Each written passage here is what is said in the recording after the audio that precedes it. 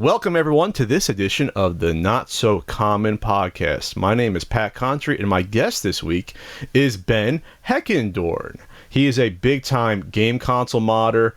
He actually has a book detailing this called Hacking Video Game Consoles, but he is best known for the Ben Heck Show on YouTube, and he also has a podcast. Ben, how's it going? I'm doing all right. Got kind of a crick in my shoulder, but other than that, I'm fine. You heaving and lifting too many pinball machines and arcade cabinets? Oh, no, I always get someone else to do that for me. Oh, okay. I don't know. I must have woke up wrong or something. An impingement, I think it's called sometimes in the medical terms. I know that because I threw my shoulder out like 3-4 months ago. Got to be careful. So, Ben, you have been modding consoles for a long, long time. Yeah, since 2000. Since 2000, mixing your love of, I guess, old style or retro video games with tinkering with electronics, modding, and hacking. So how did you get started with that? Yeah, I was into electronics when I was a kid. I had one of those Radio Shack electronics kits when I was like 7. I'm so jealous. I was going to ask if you had one of those. Well, I had a very inexpensive one. It was like the solar kit. It only had like maybe like 20 experiments. Some of my richer friends had the 151 units, but whatever. It was fun, and I was really into electronics, and I was 6, 7, 8, 9, but then I got into like computers like when I was about 10 or 11. And I kind of got away from electronics for quite a while, which is kind of, I kind of regret that because I think I would be a lot better at it if I would have kept up. But then, yeah, later in life when I was like 24 or something, I kind of got back into electronics because I was like, I would like to do something with the classic games like the Atari 2600, which was really a really hot collector item in 2000? I'd say, yeah, 90s, the Atari 2600 was the retro game console. That's when you could say that retro game collecting really started with older Atari 2600 people that wanted to go back and play at. Yeah. It was the first generation, and now we've gone up to like the Super Nintendo. So that's what you grew up with, though. You grew up with the VCS. I didn't have one when I was a kid, actually. A lot of my cousins did, and I would play theirs. But then I had an Atari computer, because the Atari had computers, an Atari 800, and I actually still have it. It's right next to me, because last weekend I fixed it up. So that's what I actually really cut my teeth on. And I got that 30 years ago this month. That's why last weekend I fixed it up and hooked it up to a new TV and have it on my desk right next to me. Very nice. What would you say your influences were in terms of wanting to get into, I guess, technology, studying it, tinkering? Did you have like a parent that pushed you into it? You had like maybe a teacher in grade school that made you interested in science? What would you say really pushed you to that? None of the above. I had no influences or help whatsoever, unfortunately. But I still struggled through, and I don't know. I just found it interesting, that, we can use electricity to make things happen. I think part of it was because I did like video games and I liked robots and Transformers and Stompers, and I was always taking my toys apart to try to figure out how they worked. I think that's kind of what influenced me. Like with video games, I liked video games. I liked modding things. I liked graphic arts. I was a graphic artist when I made my first console mods. And I'm like, well, I could use these things and put them together to make kind of a neat homage to the old systems. And I guess so, yeah, like those different disciplines and how they interact that's what I found interesting, and that's how everything linked together for me. I think it's interesting that when you look at a period like the 80s in general, when computers started to become available to the mass market, and at the same time I would call almost like the golden age of cartoons and children's animation, there really was this intersection of technology, computers being something hot and new and then the influence on children's entertainment at the time. I mean, yeah, I programmed a DuckTales game in BASIC on my Atari before the Capcom game came out, like in '88. I probably still have it on a disc someplace. Yeah, it's like you were in a helicopter. I think you were like the Beagle Boys, and you were trying to drop bombs on Scrooge McDuck while he was swimming in the money. Look at you being so modest. You played this game last week. You know how it goes. You got to put that on YouTube. I probably have the disc someplace. I'd have to dump it using a cable, but yeah, I mean, there's a perfect example of what you just said. Oh, sure. I mean, I even remember speaking of Radio Shack, they had a comic book series called Whiz Kids, for example, in order to teach children about computers, to get them more familiar with it. And yeah, every cartoon you'd see, whether it's Transformers, they had their big computer set up. Even G.I. Joe and the Command Center had their big computer set up. It's sort of, I guess, you can say, encultured that generation of children into technology that probably didn't exist as much in the 70s even. Well, exactly. Computers, like if you think about the 80s as far as nostalgia or what you remember from it, computers really coming into their own, at least on the mass market, was a major part of that decade, indeed. Because they became affordable for people, even though by today's standards they were still astronomically expensive. Oh, nice. And I just Wikipedia. Whiz Kids was also a TV show that was on CBS, which I didn't even know that, from 83 I'm not familiar with that one. To 84. Only 18 episodes is probably why. Yeah, so... I was too busy watching A-Team, I'm sure, at that time. The A-Team was always funny to me because even as a kid, I was like, how come no one's getting shot? Yeah, they just shoot at the ground the whole time. Yeah, it's almost like it's a tease when you're a kid. Like G.I. Joe, they wouldn't get shot as well, but people got hurt on G.I. Joe. And actually, as an aside, the creators of the show made it a point that a character would get hurt to show that, you know, war and violence does has an impact, that it's not totally without casualty. Yeah, it was usually the impression of violence, if anything, but it worked. Yeah, it worked.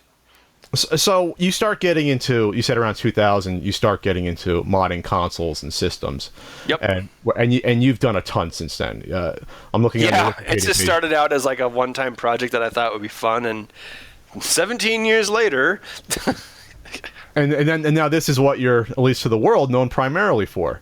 Did you ever think that would be something looking, you know, back like, wow, I think in 20 years people will want to come watch me to repair a Nintendo PlayStation prototype or do an Xbox 360 mod? Is that sort of strange to you, or have you kind of accepted that this is what you're known for now? I've learned in life that there's where you think you're going and where you end up going. Mm-hmm. And I guess the magic is you never know. But I mean, it's worked out pretty well. I mean, I'm doing better now than if I would have continued to be a graphic artist. So even though it might be a weird path, that doesn't necessarily mean it's a bad one. But no, when I started, I was just like, oh, I'm going to make this. I think it'd be cool to make a portable Atari 2600. I'm just going to do it. And then I made like a GeoCities page, and then I was just shocked at how interested people were, because at that time, I don't think I think that was really early when retro gaming started out, like 99, 2000. So I was unaware of the market or the desire or the nostalgia.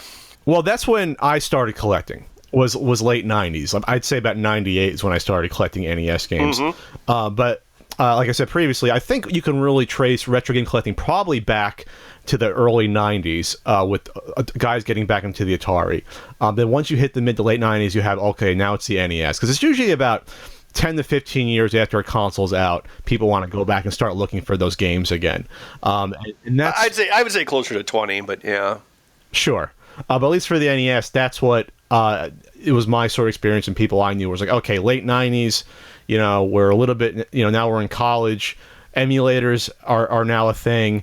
You have this. Oh yeah, like Nesticle was like what, 97? Actually, famous emulator. Yeah, we just did on the podcast. We did a 20th anniversary salute to Nesticle about a month ago. But then you had something called the World Wide Web that got popular, yes. And then you had websites like TSR's NES Archive go out there, which is still up there, has been updated, you know, since probably 2000. But a place to store and collect all the NES knowledge you knew and didn't know at the time. And so I think this sort of this confluence of events helped grow the retro video game scene. That it probably would not have grown to that extent if it hadn't been for the internet. Right. It definitely connected people together. That's an obvious thing to say about the internet, but well, like as I mentioned in my case, like you know, I had my friends and like they were into whatever, and you know, we most talk about like. We talked about video games, but never really outside of that. And then once I had a website on the internet, I was just completely shocked at how many people were interested in like retro game collecting. And again, all thanks to the internet, definitely. So in terms of the modding scene that you obviously have a relationship with, mm-hmm. You could say that, not that the retro game scene has been dominated. Excuse me, the modding scene has been dominated by retro video games. Obviously, people mod other things for various reasons. Would you say that though the influence of retro video games has helped the modding scene in terms of more exposure, people getting more interested in learning how to tinker, how to solder, learning what a microchip is? So you're talking about retro modding? I'm just talking about the scene in general and how retro games have sort of been thrust into it. Right. Well, as I mentioned, video games are a good gateway drug. Like people like myself, they like video games and they see that they can learn electronics through the portal of video games. And that's a good jumping off point. Like if I'm trying to wire some sort of inductive load sensor, it's like, that's not interesting. Like I don't have a real world example of that, but if I can use electronics to make a Nintendo do something cool or spiff up my Genesis, then it does have a real world example. And that gives me the impetus to want to continue. And that's how it worked for me, and I would imagine it was for other people too, because everyone loves video games. Sure, and so to that point, I guess that's what makes it more entertaining for people who may not know what you're actually doing, the ins and outs of, but at least can follow along your path while you're modding these consoles or trying to repair these systems. We definitely see on our show anytime something involves video games, it's like 4 times the views at least, because YouTube only cares about video games, basically. That's it. That's all they care about. Yeah, we've had that conversation a lot, and I'm like, well, I watch a lot. I've watched more YouTube than Netflix or Amazon or anything. I'm like, let me tell you, all YouTube cares about is video games. It's like we had that episode where we fixed up that PlayStation prototype, and that got 700,000 views in a few days. It's like, that's insane for our show. Yeah, I'm just looking at your Nintendo Switch teardown from 2 months ago, 209,000 views, and then I'm trying to see something that's maybe more generic and try to compare the views. And there's definitely a difference. There's definitely a difference. Like we've been talking about ways to take the channel or the show forward in the future, where I probably will take a break from it to be vague. And it's like, well, you know what, guys? Video games. Yeah. It's like my parting words. But I like video games, but I don't know. Well, you mentioned that. You're not getting. I'm surprised you said about potentially stepping away. Is that something you're actually thinking about? Yes, probably in the future. Yeah. Are you burnt out from it, or you want more different opportunities out there? Well, if you think about our show, we've been building custom things and building examples. We do 52 episodes a year, and for holidays, we just double up episodes. So it's kind of like several years of 2-week deadlines, and yeah, I think there will be a point where I'm going to be switching to other things. Interesting. Will it be like Mythbusters, where you get a secondary team maybe that does the off weeks? That could be a possibility. Maybe you just lighten your load a little bit. Yeah, because if you look at Mythbusters, once they let the younger people go, everyone got mad. So the sidekicks, become almost as popular as the hosts. On our show, everyone loves Felix. So yeah, I don't know. I guess we'll have to see. I probably shouldn't talk about that too much. I don't know if that's actually public knowledge yet. But, well, it might be, unless you want me to cut it. But I think I'm fine. Just I think when people are afraid of people, I think at least with online entertainment, they like what they like and they're afraid of change. Oh, definitely. And not that they can't get used to it, but there's always sort of a shock phase where it's like people might get antsy or they might bleed off, but you might get new people that come in. So I'm not saying you should do a B team on the Ben Heck show. But I'm saying if you did, at first you might get people to say, "Oh, I don't like this. Where's Ben?" But I think eventually they would get used to it if that becomes the new normal. Just as me throwing that out there. But the YouTube world is sort of precarious and strange anyway, as you've seen since you've been on for a while, and so have I. Yeah, it's video. It's all about video games, and not just video games. I mean, you probably you probably discussed this when you're talking to Mark, but it definitely has to be, it has to be brand new video games, or if it is old, it has to be Nintendo. That's basically all people have patience for.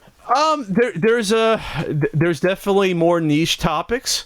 If I did a video on the Microvision, it probably would not get the same views as even the TurboGrafx 16 or Sega Genesis. There's definitely tiers of sort of interest when it comes to retro video games. Obviously, Nintendo is still, you know, you can say the most popular video game company overall just for its franchises, and because of that, all older Nintendo consoles and IPs will still garner interest. There's a bigger crossover between that and, say, older, you know, Sega Master System titles, because today not really many people are playing those or any iterations of those still.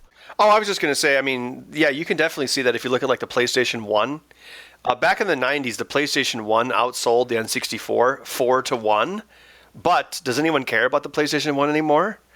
But everyone's nostalgic for the N64. So yeah, it's quite interesting. Like the Sega Genesis seems like almost forgotten.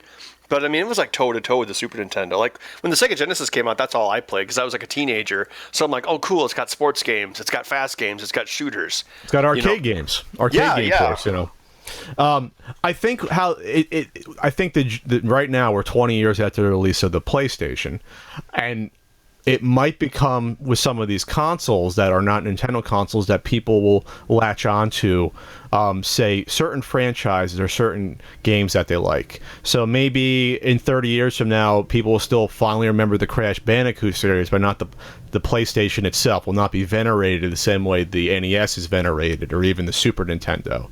Or even the Sega Genesis is venerated to some degree, but it might become that way. I mean, that's just the nature, I think, nowadays of software and games in general, where since now the games are ubiquitous, they're across multi-consoles and PC, that there'll be less of attachment to individual platforms, say 20 or 30 years from now.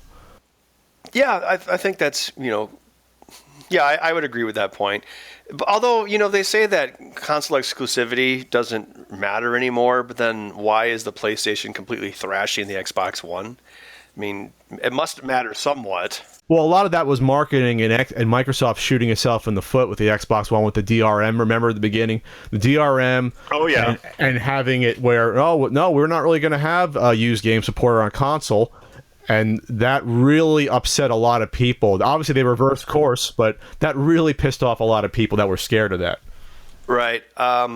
Personally, I think Sony would have done the same thing, but Microsoft crossed that line first, and Sony was able to see the reaction, and they were able to change course in time. Why wouldn't they? No developers, game companies, everyone hates used game sales.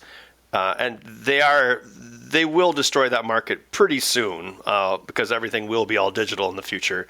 But that's a conversation we can have. I always argue against that. We'll never get to 100% digital future. It might become 70 or 80%, but I did a whole video on that. 20-minute video on that. We can talk about it. Why do you think that we'll have an all digital future? I'm going to hear your thoughts on it. Because it's just seems obvious to me. I mean, like the Switch, you know, and I'm a pretty well-known, what's the right word, critic of Nintendo. And I think the Switch just uses physical media to make retailers happy and to allow Nintendo to manufacture the cartridges as a profit center, which is what they did in the old days. Like every Nintendo cartridge that was sold. When I say Nintendo, I mean Nintendo, right? I mean, I have to explain that to some people sometimes. You know, Nintendo manufactured third-party cartridges. So if Konami wanted a Contra, Nintendo's like, okay, here's your seal of approval, which is really the licensing seal, and we will manufacture your Contra cartridges for you. So the cartridge manufacturing was a profit center for Nintendo, which I think is why they held on to cartridges longer than they should have. And now that's back with the Switch. But it's also good for retailers, because if retailers are just selling a digital-only product like an iPad, they actually include a bigger cut for the retailers on things like that, because the retailers have a lot less ancillary things to sell with it. But with the Switch, you know, they can sell Switch games on cartridges, and that makes retailers happy. Now, granted, you know, the other consoles also have disc-based media, but I don't know. I just really don't think it's going to last that much longer, because a lot of people say, oh, what if you don't have an internet connection? You know, what if your internet connection sucks? And I don't know. I think if you look at like America, and they're like, well, 27% of Americans don't have high-speed internet. And it's like, yeah, and 27% of Americans are old people. So Yeah, I'd really, yeah, I would say like a company like GameStop has maybe 5 years. Well, that's a whole different conversation to me because I think GameStop, obviously, they want the physical media because they make all their profit on used games. They make very little to nothing on console sales, which is why they have to bundle a Switch with 5-6 other games and a strategy guide you don't want. They refuse to sell the Switch by itself online when they have the stock. And also the fact that they don't make that much on new games. Stores usually don't. It's always on the peripherals. But on the used games, oh boy, are they making a tons of profit on used games. Oh, hell yeah. But I'm going to go back to your point about, people in the U.S. not having good internet. I would say, what about developing nations? What about a country like India, which has well over 1 billion people, that Nintendo might be looking at it, well, could be a very big market for us maybe a few years down the line. And they might... Are those large markets for consoles right now? Like China just recently got Western consoles. But do you see the point, though, is that you have a ton of people out there. Oh, yeah, I definitely do. Definitely get market share there in the future, and their internet might be 20 years behind us and catching up, or 15 years. Right. So for that reason alone, I think physical media is going to be around here longer than expected. And plus, you are going to face, if Nintendo came out tomorrow, or if Xbox tried again to say we are done with having used games be available on our system, you're going to have the same backlash that you had when they announced it for the Xbox One a few years ago. I don't think it's going to be that much different. Someone's going to take a huge hit being a martyr and trying to attempt that, and I think it's going to be very detrimental to whatever console decides to do that. And yet people love Steam. But PC is always a different market, though, versus consoles, though. Yeah. But it's a growing market. I mean, PC gaming is doing better than ever now. There hasn't been used PC sales since the early 2000s, when they started packing in codes to actually install and run the games. So at that point, it was basically DRM'd and dead already. So I think that's a different market, at least in my eyes. Oh, so yeah, I bought the Titanfall boxed copy, Titanfall 2 box copy, because Amazon had it on sale for $40, and it's just a plastic box with a piece of paper inside of it with an origin code. Sure. So I always tell people, if you're collecting big box PC games, when you go to the swap meet, anything after, I'd say, 98, 99, 2000, buy it because it's a box. You won't be able to play that game because that code inside has been activated. So that's just the truth of it. I don't think codes instead of discs, I would say that was more like a 2010 and on. I mean, well, I mean codes. Ben, I mean they would come with a CD, but also install codes. It would have an install code. So when I bought Unreal Tournament 2004, I was really buying the install code for it, because I could download the game off the website, but I couldn't play it. Well, that's what I mean. What people often fail to realize with video games is that you're not buying the video game, you're buying a license to play it in your home. And in the past, that license was attached to a physical cartridge because that was the best way of delivering it. Like, something that people often forget about with the 80s is that disk drives were very expensive. Like, your disk drive would cost as much as your Apple computer or your Commodore 64. So at that time, it was actually cheaper to distribute games on cartridges. And then as time went on, it became cheaper to distribute games on disk. But you know what I'm saying? Like, the method of delivery has changed over the years. And I think, yes, it will be a challenge in countries that have poor internet. However, I mean, who knows? Well, they still sell the Sega Master System in Brazil, for an example. Yes. So, yes, things definitely, they trickle down. You know, like, you'll have like maybe a generation older, and developing countries will be like, oh, this is great. But I mean, that will change too. I mean, like with movies, I think once people in China start buying nice TVs and can afford nice TVs for their homes, that ancillary theatrical market in China will probably dry up too, just like it has here. So it does eventually change. It just takes time. Well, people are still going to the theaters in large numbers in the U.S. It's not like the profits might be down, but there's still a lot of profit. I think it's the postage stamp thing, where nobody buys postage stamps, so they have to raise the price of the postage stamp, and then that causes more people to not buy the postage stamp. Okay, think about it this way. Like airplanes. Airplanes, they keep on putting smaller and smaller seats into airplanes so they can cram more people in for each flight. Movie theaters are doing the opposite. They're taking existing theaters and putting in bigger, nicer seats because they want to improve the experience for the fewer people that are going. If attendance at theaters was actually going up, they would be making smaller seats, not bigger ones. But instead, they're having to improve the experience to, like, lure people into the theater. So this is what I have. I'm going to bring up the yearly box office off Box Office Mojo.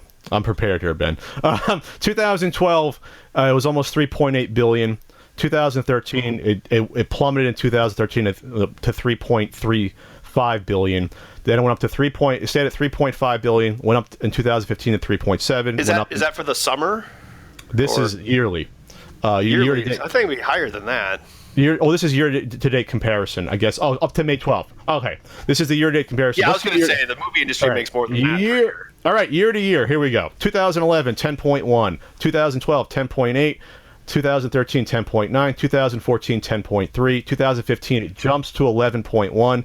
And in 2016, it went up a little bit to 11.3. So in terms of the gross, it's actually gone up. Right. Compare last year. You're saying, though, it's less ticket sales versus just jacking the prices by percentile points. I was thinking about going to Guardians of the Galaxy this afternoon, and a matinee now is $13.50, and that's ridiculous. The price of movie tickets has gone up, I would say, at like 3 times the rate of inflation since like basically Avatar. So yes, the grosses keep going up, but fewer and fewer people are going every year. And right now, Hollywood is being saved by overseas, which has been on fire. Basically, as the American market went down, a lot of it was because of the recession, the overseas market has gone up, but I think that will plateau as well. I guess we kind of got off subject from the Brazil Sega Master System there. Well, I think the conversation goes back to there's different markets, and I think one may not supplant the other necessarily, but it's a guarantee that, for example, if you say even if ticket sales are down in the U.S., they're still profitable, and they can be buoyed by other regions like China is the only reason how Warcraft turned even a small profit. If it wasn't for China, it would have been one of the biggest bombs ever. And one of the reasons why they're still thinking about a Warcraft sequel, because by the U.S. ticket sales would not be justification at all. But you add in China, then we can have something to play with. And that's what goes back to China is a new market for movies, relatively so. Right. What if then you crack, again, a huge market like India, which now is the highest population in the world? That's a whole group of people now that we can spend decades getting into that market for not just movies but for video games. And you're saying that's the market for physical media in the future? Absolutely, because right now it's not a market for much of anything in terms of sort of a Western media influence. It's just starting to get there. That's what I mean. I think that's how, as a globalization of the economy in general comes to pass, media obviously is the easiest way to do that. Distribution. Well, yeah, because you could distribute those goods digitally. You don't have to even ship them anywhere. Absolutely. But I think you're always going to have a market for physical media. And you always don't forget about the military is a huge market for video games as well. And I think that would hurt them a lot. All the people who would play Halo in their tent during the Iraq War. And pretty sure they didn't have internet. Yeah, those forward operating bases, the people that, in Afghanistan that were set up way out there. And it's it'd be nice for them to do it. I'm not going to say that's one of the reasons why you'll think about it business-wise, but I think if you cut out that market entirely, you're not just going to piss off people, but obviously that's that's lost money. And I think as we get forward, like I said, I think you might get to a point where, if they lower the price on digital games by $10 or $15 and really make it worth buying versus now where it's the same price when a game comes out, I think you might see a shift there, more so, or maybe it's a generational thing. But I think for the next 20 years or so, I think physical media is safe. My opinion, we can agree to disagree there. But the one thing about movies, I would definitely disagree, because even in developing countries, there's still a shitload of cell phones. That's how most people, in Africa, get their internet. And so, cell phones is another example. Cell phones have no physical media, and cell phones are just blowing away everything. Sure, but it's easier to get hooked up to a satellite than to wire internet into an entire country. House to house, fiber optics. My final closing statement on digital online only DRM is, if you're sitting at home and your internet stops working, everything in your house is basically worthless except for books. And you're like, oh my God, it's like the lights go out during the thunderstorms. Like, what can I do? The internet's not working. And I would say the fact that people react to their internet going out in that way is why always connected devices are something that people actually want, rather than say they like to complain about. Like, oh no, my computer's always connected to the internet, blah, blah, blah, blah, blah. Oh no, I lost my connection. I mean, it sucks. Like, if I'm at work and, we don't usually lose our internet connection, but it's like the end of the world, kind of. Well, Oh, sure. And I think that's my final statement about it, is that the consumers lose hugely if not given the option for physical media in terms of transporting from one device to another. Playing Zelda Breath of the Wild on a plane would be impossible.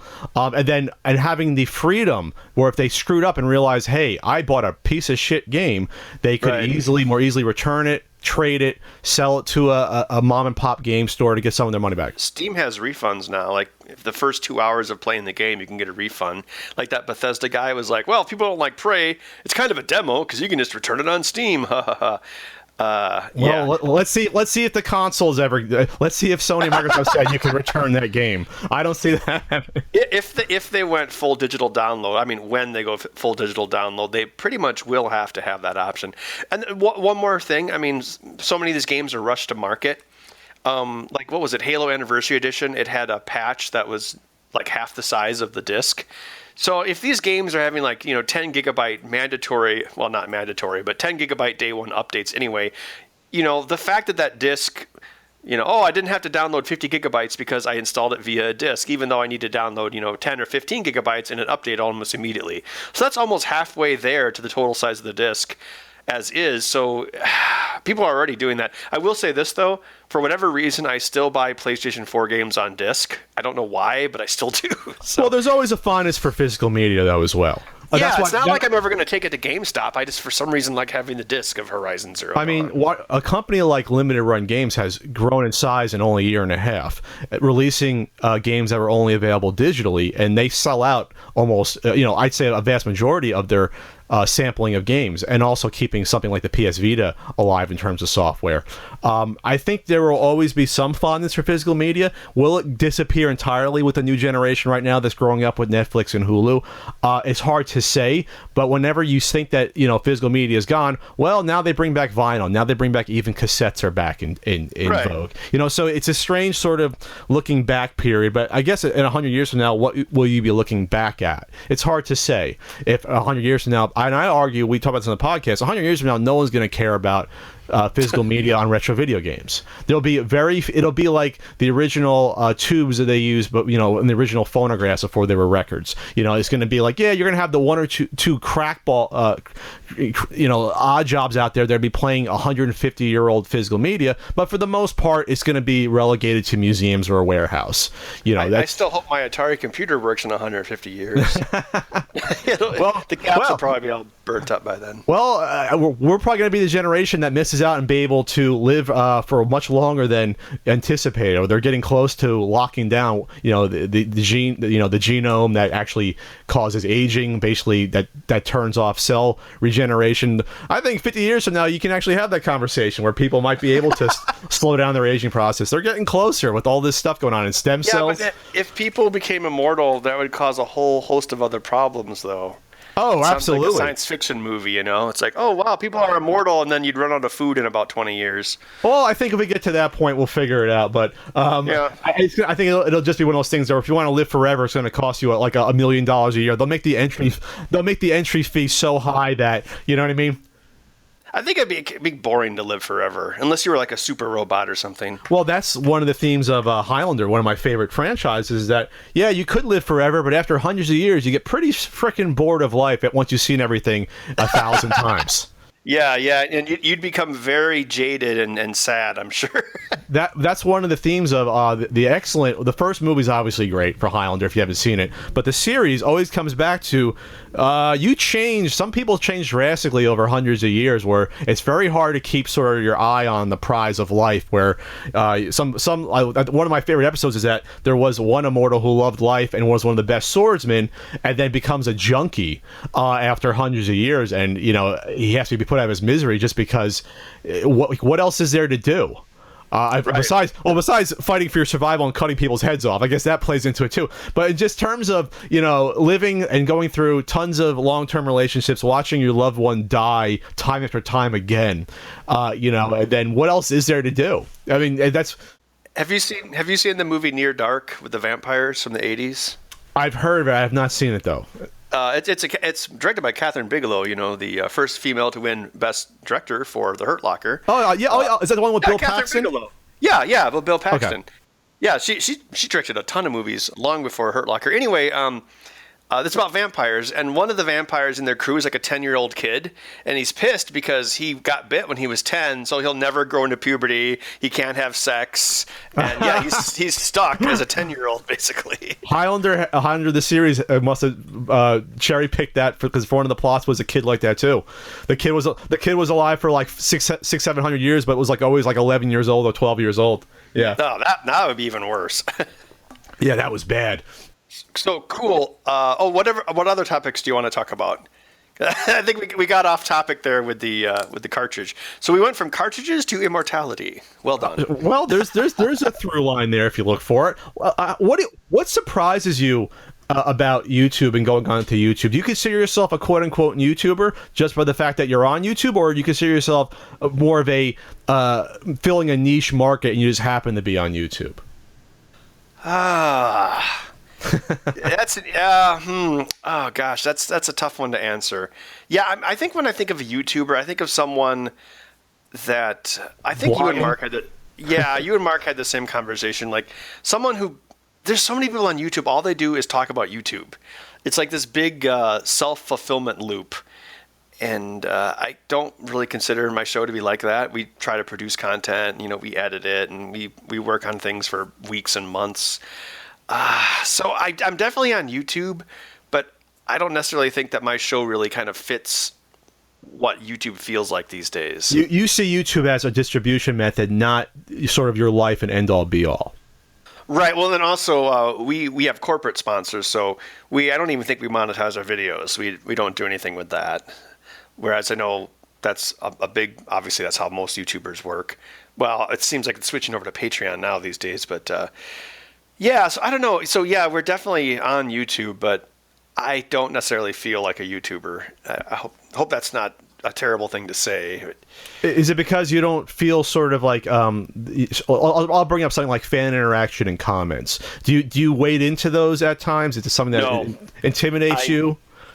It doesn't intimidate me, but that's someone else's job with the show. That's usually Karen or one of the guys in England. So I don't deal with that. But yeah, again, like if I was a more traditional YouTuber, it would be more of a one-man show, and I would be doing all of those things. And I don't. I'm not like, oh, engage with me in social media, blah blah blah. I don't do any of that. Basically, it's like, okay, I make the show. Here's the show, and the interactions. The times I do interact is usually filtered through some of my coworkers to me. So yeah. Also, our channel has about the same number of subscribers as your average watching cats fall asleep video channel. So in the grand scheme of things, it's not that big. What have you seen in terms of the changing in YouTube since you started around 2010 and now? How can you explain the changes, and do you divorce yourself from that and just try to do your own thing, or have you tried to navigate those quote unquote pitfalls in the changing YouTube world? Well, I think, one of the main problems you have on YouTube is there's just so much content on it, you can get lost. And you have to stand out, or like when we had that Nintendo PlayStation teardown, which I assume you want to talk about as well in this episode because you're like into classic games and stuff. But yeah, when we did that, we had a lot of outside influence. I mean, it's easy to talk about like, news outlets or aggregate site outlets are out of date. YouTube's the future, but it's really when you show up on a bunch of other articles and places online that point back to the YouTube episode, that actually helps too. That's when we can break out. But if it's just one of our normal videos, we don't really have a breakout episode. So I guess my point is, if the episode kind of breaks out and is seen outside of YouTube, that actually gave us a big boost. But otherwise, there's probably more content on YouTube. If you tried to watch it all, it would like exceed the heat death of the universe. I mean, it's just really hard to like stand out. There's just hundreds of hours uploaded every second or some nonsense like that. I think it's like 300 hours every minute or something ridiculous like that. It's insane. So how would you say you found yourself standing out, or maybe you didn't? You just were just doing your own content, and then you all of a sudden became a magnet for the modding community. Well, I mean, I was pretty big into modding in that community long before YouTube even started up. So I didn't even really get into YouTube 10 years after I started doing console mods. Like doing a show just seemed like kind of a natural evolution because I've been doing it for about 10 years and I'd been on my own self-employed for about six years. And then I had the offer like, hey, do you want to do a technology show on the internet? I think actually, well, we started on Revision 3. My show did. Revision 3? I remember Revision 3. Are they still around? No, I don't think they are. Well, I mean, look at them. I mean, they were the king of the hill. I mean, well, Revision 3 was derived from, what was it, Tech TV, you know? So it's like cable tech news died, Revision 3 started up, and now YouTube is eating their lunch. There's always a bigger fish, as they said in Star Wars Episode 1. Well, in the past, it's interesting that in the past 10 years, the evolution of something like G4, which was popular right when YouTube was getting started, and then you see that die within about 4 or 5 years, that's dead and gone.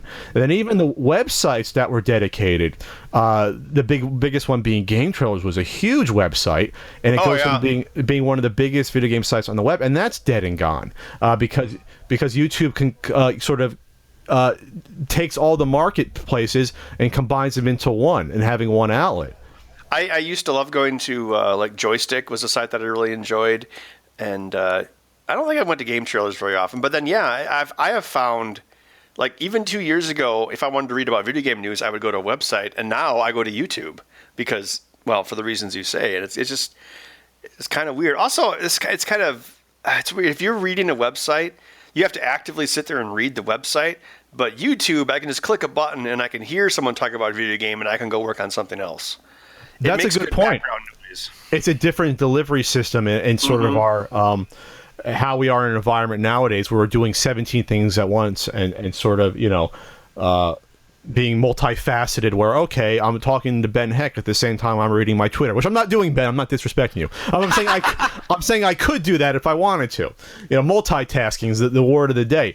It's actually interesting because I think 60 Minutes came out with a story, and this is why I like doing podcasts where you can talk about other topics about how our brains are basically being hacked in order to become addicted to social media, especially stuff like Facebook and Twitter, where it's sort of the new drug in terms of literally you get that feeling of, someone liked my Facebook post of my food, I got a bunch of thumbs up and likes, or I got 100 retweets of my tweet.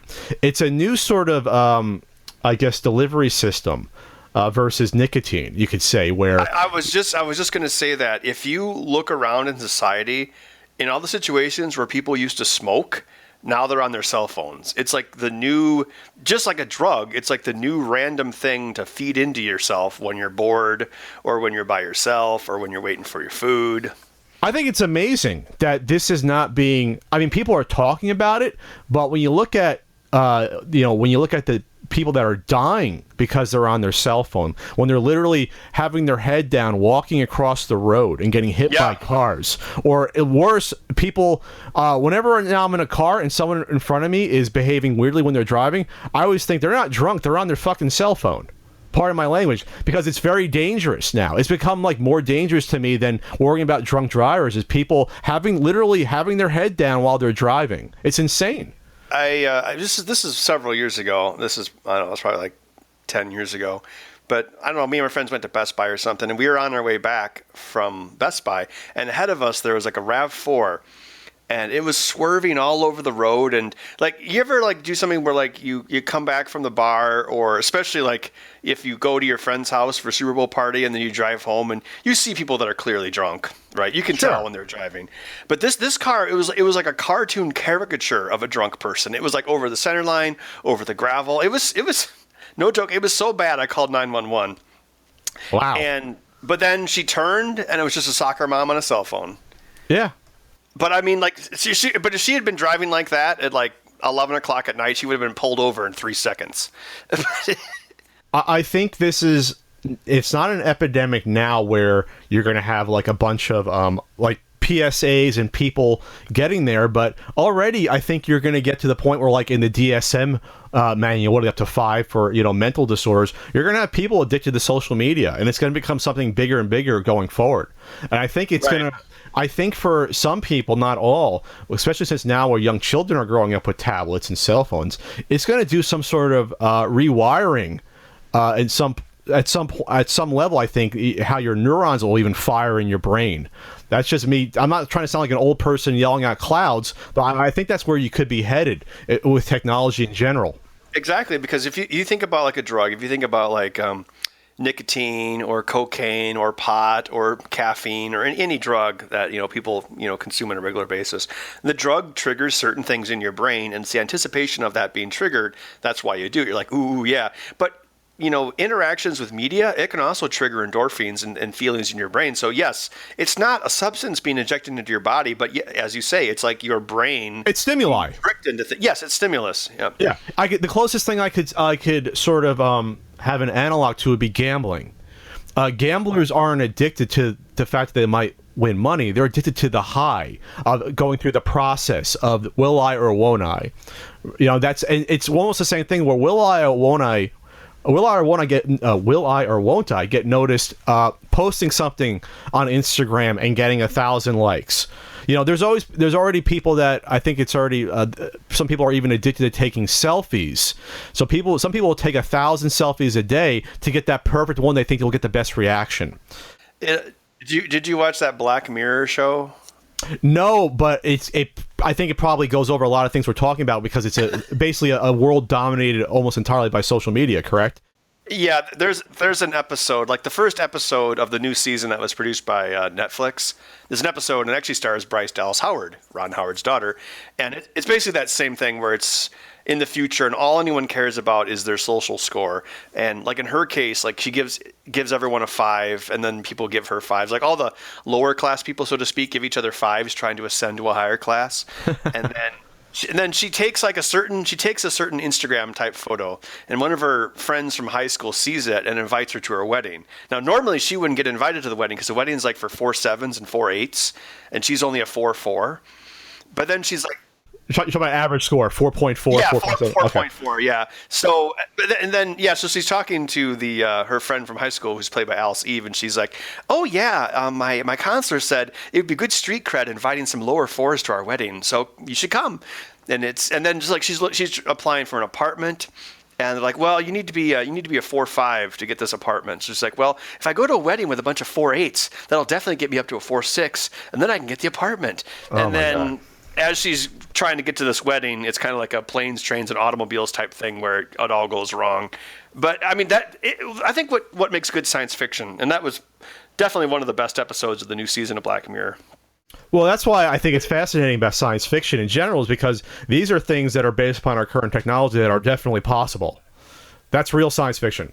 You take something that's an idea, and then you take it to its logical, most horrific end goal conclusion, and then you make a movie about that. Like if you had what if people could live forever? Then you have a movie where everyone lives forever and everyone starves to death. There's some sort of ironic Twilight Zone twist ending. But yeah, that is the best. Like if I look at something like Star Wars is not science fiction. It's a space movie, yes, with lasers and ships and stuff. But Planet of the Apes, the original or that new one, that is science fiction. Like, oh, let's try to cure Alzheimer's. Oh, we destroyed the world. Yeah. Wasn't that also the plot to the shark movie with Deep Blue Sea? Where the sharks became super intelligent because they're trying to cure Alzheimer's with sharks. Which actually, though, is based in science, though, is it not? They're actually trying to do something there. I always wanted to make a movie where they try to make deer more intelligent so people don't get into car accidents because of deer. That seems like the most logical animal to make more intelligent. But then, of course, the deer turn evil. It's called brain deer. There's way too many deer out there. There's millions of deer in the U.S. You don't want to do that. Right. Well, yeah, but it's like it seems like a logical animal to make smarter, right? Or if you're down in Florida, they run into alligators. Then you're just happy they don't have fingers to shoot us. It's because Planet of the Deer, and they just take over. That's the twist ending. Is that at the end there's like a sentient deer driving a car, just like an ape. No, science fiction to me is always fascinating because it shows how wrong you could inject science combined with the human nature that can often go horribly wrong, and combining those. That's why Twilight Zone to me is an incredible series. I wish we had something like that today where people can be maybe warned of our current behavior and how bad it could, sort of the bad end it could lead to. Yeah, well, Black Mirror is probably the closest to that. Although Black Mirror doesn't. Twilight Zone usually had ironic endings, and Black Mirror is. They're not as consistent with how they end. Well, Black Mirror had an episode where a cartoon bear runs for parliament in England and almost wins just because he's rude and crude and people think he's funny. And that was like 2 years before our current election. So yeah, I mean, it is that kind of science fiction is cool and important because, well, for the reasons you mean. It's real science fiction. Well, Max and I were talking about that last night because we were like, some of my coworkers, we had some beers, and he was like, I'd like to make a movie about like a stem cell monster. It's like these researchers are trying to, do something with stem cells, and they create like this monster turns evil, and it's like the Fly, and all he wants to do is die. And I was like, yeah, that's kind of cool because like okay, what if we changed ourselves, like we were trying to fix Alzheimer's or trying to improve our brains, and then what if we took it too far, and then we had some sort of evil monster, blah blah blah. And that's always the fun stuff. I think my idea was like I was like, okay, let's make it this guy. He's got this great life, and he's engaged to this wonderful girl, and then he dies, and he signed his organ donor card, so his body becomes a medical cadaver, which is one of the things that can happen to you. And then they try to reanimate him with like stem cells, and then I guess that would basically be Reanimator, wouldn't it? I was going to say that's Mary Shelley's Frankenstein. You're basically just right. for the modern age. But isn't that always what great science fiction stories are based upon? The road to hell is paved with good intentions, where you try to do something good, and it goes horribly wrong. You go back to like the Lizard in Spider-Man, where he's trying to regrow his arm, and then becomes a Lizard Man. Like it's sort of, it's always like you shouldn't fool with Mother Nature because Jurassic Park. You don't want to meddle with things you don't understand because you don't have full control over it. And I guess. Did you see that movie Snowpiercer that was on Netflix with like Captain America? Captain America or the actor who plays? Was that a Marvel student? Yes, Chris Evans is in it. Captain America. I think I saw some of that on USA. I saw the last 20 minutes where it's just a perpetual like train going around. Is that what it is? The premise is the scientists shoot probes into the upper atmosphere to try to stop global warming, and it ends up freezing the planet. So again, I mean, that's not much of the plot, but that is the backstory. So yeah, it's the same thing. It's like you take something and you're like, okay, well, what if we went way too far in the other direction? And well, actually, there was a Twilight Zone like that, an episode. Remember, the Earth was going toward the sun or something, and everyone was burning up. Yes. And then she wakes up, and that was just a dream because in reality, the Earth was going further away from the sun, and everyone was freezing. So it was like two horrible situations, a dream within a dream. Oh, sure. Right. So what does that say about our current climate status? I don't know. Right, but it just goes back to like, yeah, it's always fun when you're like, okay, let's try to solve a problem. Oh, wait, what if we solve the problem and create another problem? Boom, science fiction. Yeah, that's what I love about it. Right. And that's why, Twilight Zone I always go back to. I can never get away from those marathons that happen, 4th of July or New Year's. Do you ever watch the old Twilight Zone and then each one you realize what movie ripped off that plot? Oh, so sure. many movies have ripped off Twilight Zone. And then you have Ray Bradbury complaining that his books were getting ripped off for plots, and he was talking about that for years. Even I saw him a year before he died at Comic-Con. He was talking about that. How he was gotten ripped off because he used to write for some of those in his books. Anyway, whole other conversation. We're getting into Twilight Zone. That's right. great. I love that show. It says here you also wanted to talk about pinball and the Switch. Sure, we can pull back the curtain that I have a topic list. Sure, we can do that, Ben. Why not? You're the first one to do that. Let's talk about your love of pinball, Ben. That's a natural segue. Were you always a big pinball fan as a child?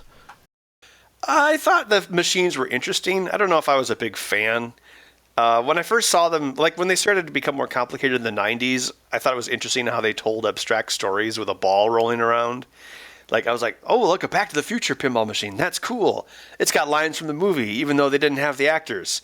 I just kind of thought that stuff was kind of neat. And then how I really got into it was like the mid 2000s, and I wanted to create a new project, like kind of a new background project. And I was like, I should try to make my own pinball machine. So I kind of just did it as a challenge.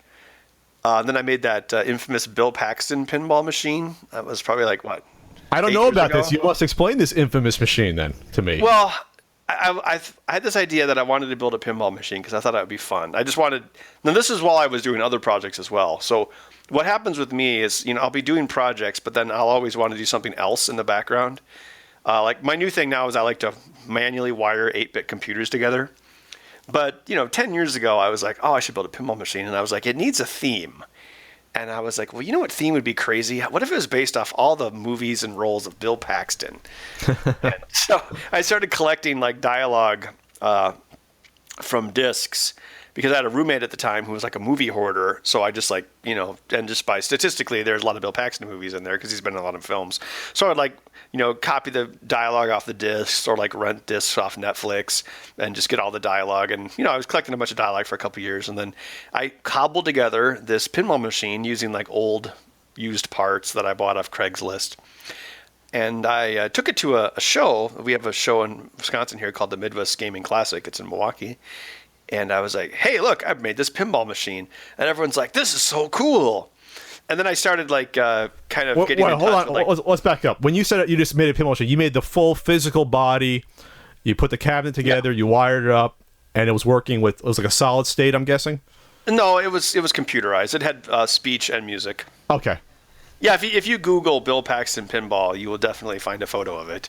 I built most of it from scratch, although I didn't really need to because there's a lot of I reinvented the wheel for a lot of things I didn't need to do. Also didn't know what I was doing, but I managed to get it together. And and then I just that's the thing. Like if you do something like that, it's like if you're like, ooh, I want to make pinball machines. Now if you just go up to Stern and say, hey, give me a job, they'll be like, no. But if you make something really cool, then they'll start talking to you like Pat Lawler, who's like one of the most famous designers. He designed like Addams Family and Twilight Zone Pinball and Funhouse.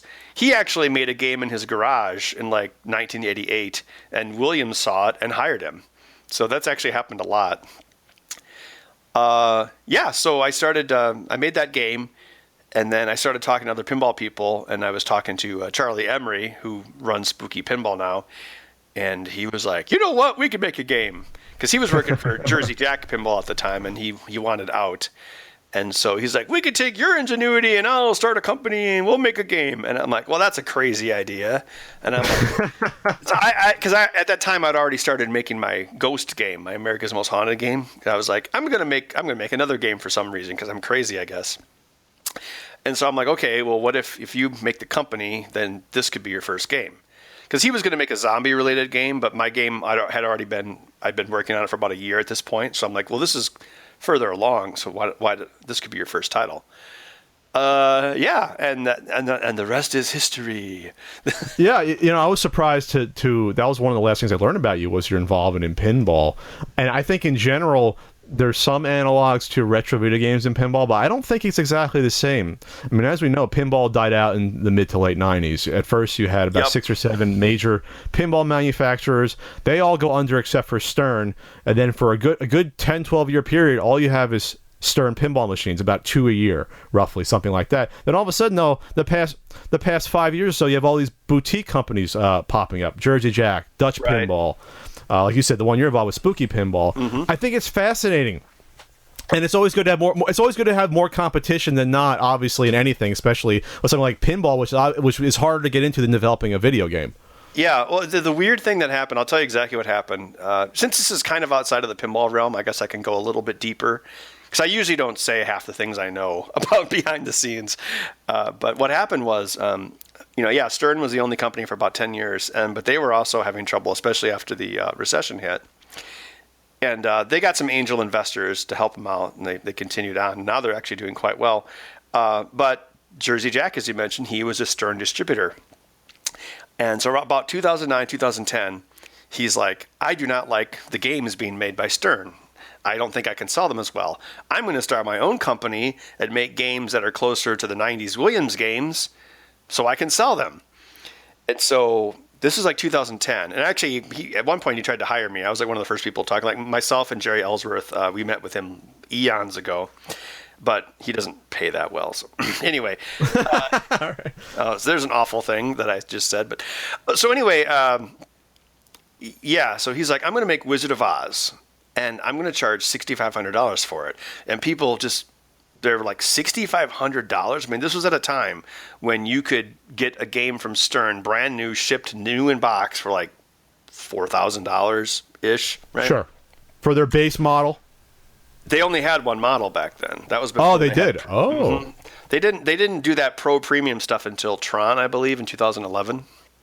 Okay. So basically, what Jersey Jack basically, he didn't save Stern, but they started making money hand over fist because of him, because he basically demonstrated what the price ceiling was for pinball, and it turns out it's much higher than Stern was charging.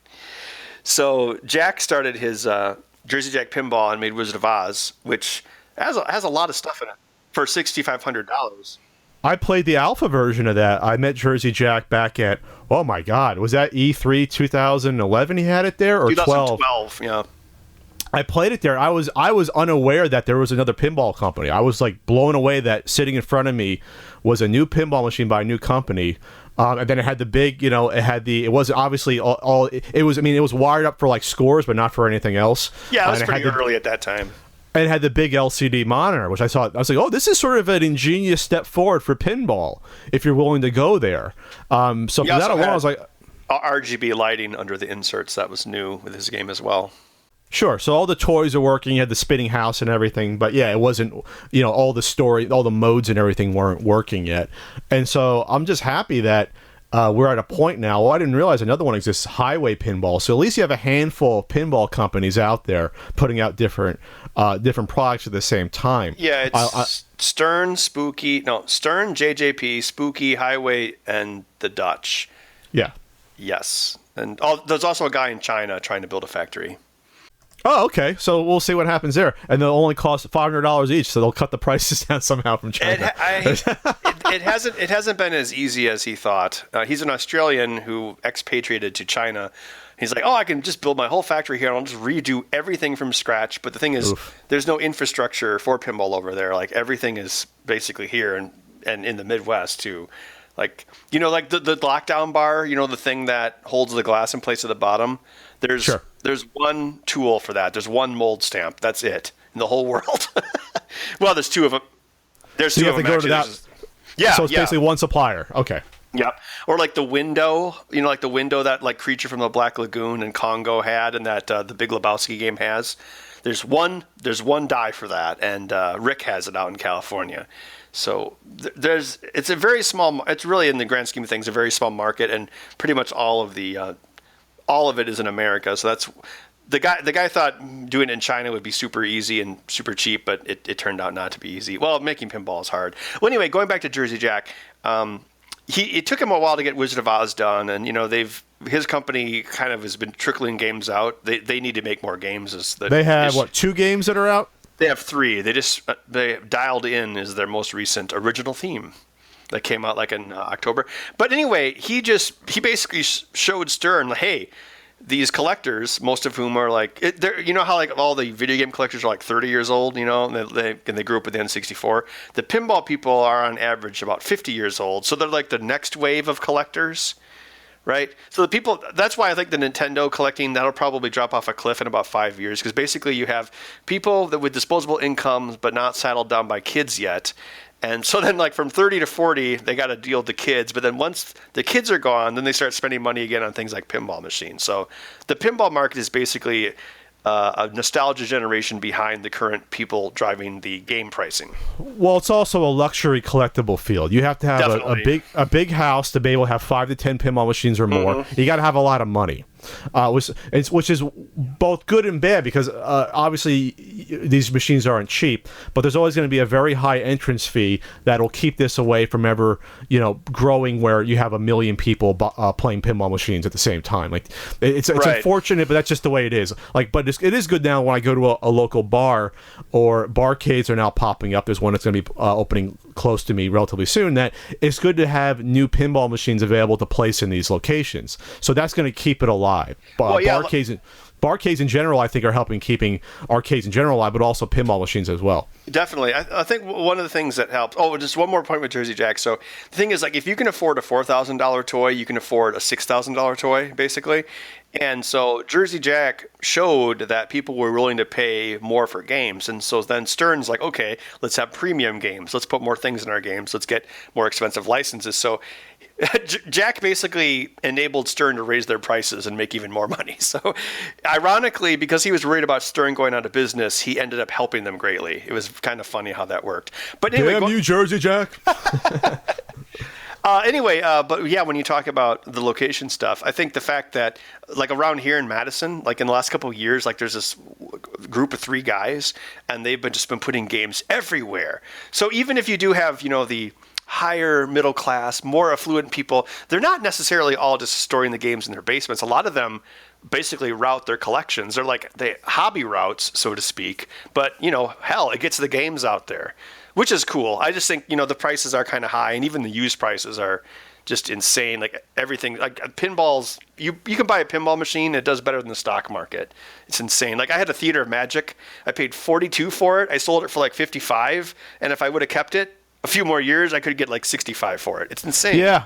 I almost bought it on Craigslist. I was probably like literally 20 minutes too late to respond to someone that had a fully working Twilight Zone for only like $4,000. Really? You say, well, most people would be like $4,000. This is like 3-4 years ago. Yeah. That's probably worth what, double now or $7,000? It's like it's insane. Not double, but probably at least 5.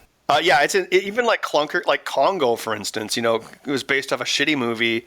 The game didn't sell the pinball machine didn't sell very many copies. A lot of them were destroyed because they ripped it apart to fix better games like Attack from Mars.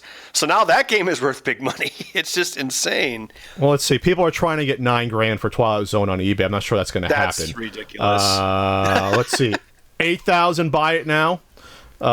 So if it's an 8,000 buy now, maybe that means they could sell it for 6 or 7. I don't know, but yeah, but there's definitely speculation in the pinball market. Well, people on eBay, it's just like those well, hell, like kind of like on Pawn Stars, which you have familiarity with. Like they What? see, well, like Pawn Stars, they paid like $2,000 for an Evel Knievel pinball machine, which is insane. That's way too high. So people see those shows, or they see American Pickers, and they're like overpaying for some dirty, ratty electromechanical machine from a basement, and they think every game is worth big money. Like Twilight Zone would have to be pretty much mint restored to be worth $8,000. Like a regular routed one is probably more around $5 to $55 these days, but $4,000 would have been a deal, definitely. Oh yeah, that's why I was annoyed I didn't get it, just because I have room currently for maybe one pinball machine, so I have to be very careful which one I choose, and so I figured. Yeah, so I and now it's funny because it's not my most favorite machine to play, but it's in terms of how it looks, in terms of the theme, it's probably my favorite overall. Then again, I get to play. It's a very deep game. It'll definitely give you a lot to do. Then again, I have yet to play Big Lebowski pinball, and Big Lebowski is one of my favorite films, so that would be interesting I to think look at. Twilight Zone pin is gonna probably stand the test of time better than Lebowski. Lebowski is kind of a thin game. It's got really cool mechs, but the code doesn't really do it for me. My all-time favorite just to play, Medieval Madness. I think it's so goofy and fun. Yeah, Stern actually reran that a few years ago. They made. Oh, that's right. Mm-hmm. And what did they charge for that? It was like $7,000 or $8,000. No, $8,000. Because so yeah, that's a game that would have cost like $3,300 back in '97, and the same thing. Like in the late '90s, pinball was dying, so they only made like 2,000 or 3,000 of each game versus like 10,000 of each game, even in the early '90s. So Medieval Madness became like this cult hit over the years, and even like beater pieces of crap out of the back of a pizza joint were going for like $8,000, and then like any sort of decent condition was like $12,000, and restored you could get $25,000.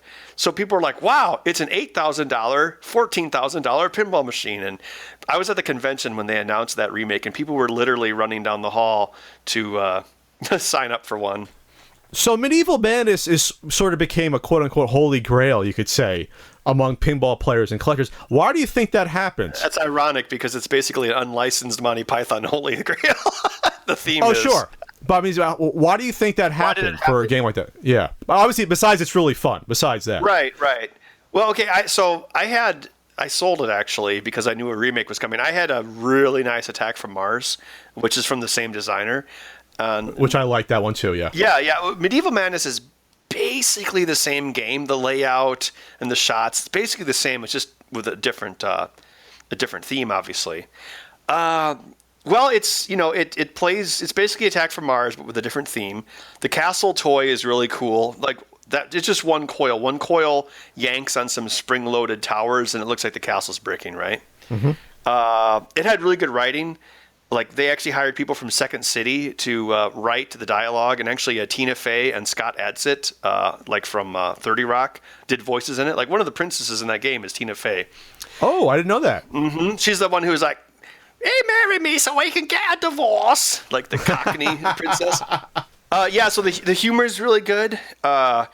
It's basically Monty Python and the Holy Grail, but they didn't have to pay for the license. So it's a theme everyone can understand. The dialogue is funny. It's pretty straightforward. Basically, there's other goals, but the main goal is to bash the castle and open it up. And yeah, and it's got great music. Yeah, it's like kind of like an all-time winner. That is basically the number one desirable pinball machine that exists. It's like basically the Holy Trinity is Attack from Mars, Medieval Madness, and Monster Bash. So right now on eBay, there's one up for $10,250 with no bids. Standard edition with shaker motor, I guess that's the re-release for $8,600, and then standard edition for $8,400. Buy it now with free shipping. I am priced out of that market. I would just say that. The remake basically just crashed the prices. So a Medieval Madness that used to be like $12,000, they probably dropped to like around $8,000.